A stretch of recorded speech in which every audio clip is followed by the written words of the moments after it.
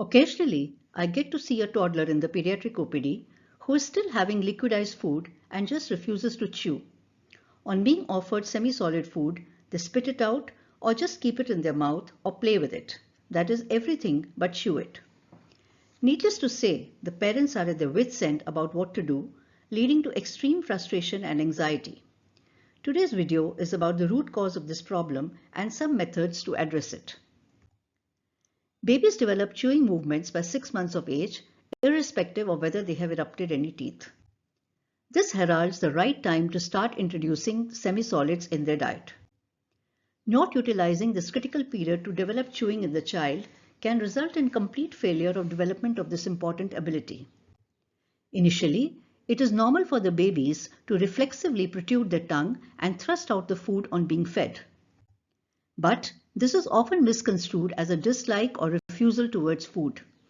This may wrongly lead to delay in the introduction of semi-solids, or semi-solids may be unnecessarily liquidized and fed to the baby.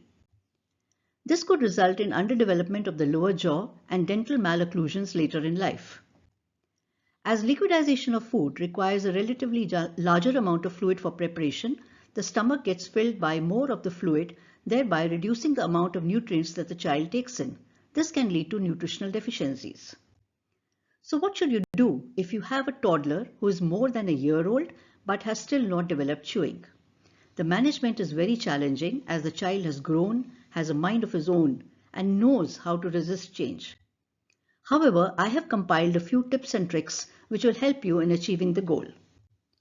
You need to practice utmost patience as the process will take time, so no scolding, threatening, hitting, etc. Treat this child as a 6 to 8 months old baby for this, and start with soft, well-mashed but lumpy foods with differing textures. Foods should be easily swallowable but would still require soft chewing like a quarter-boiled egg, semolina and milk gruel, rice and lentil gruel, soft chapati, etc. You may gradually give soft finger foods like broken pieces of chapatis, bread pieces, boiled potatoes, French fries, soft boiled vegetables, etc. Eating finger foods gives them a feeling of control as they can assert their independence. Initially, all food will be spat out, thrown away, or treated like a toy. But don't worry, these are our baby steps towards teaching them how to chew.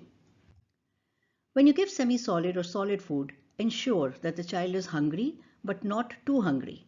If the child is too hungry, they will not have the patience to chew, and a child who is still not hungry would not be interested in chewing. So maybe about half an hour before their expected feed time.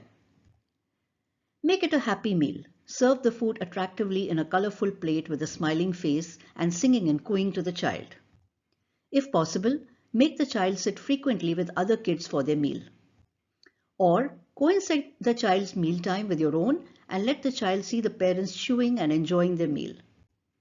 In resistant cases, it is a good idea to change the home environment of the child, like proceeding on a holiday to a relative's or grandparents' home for a short while.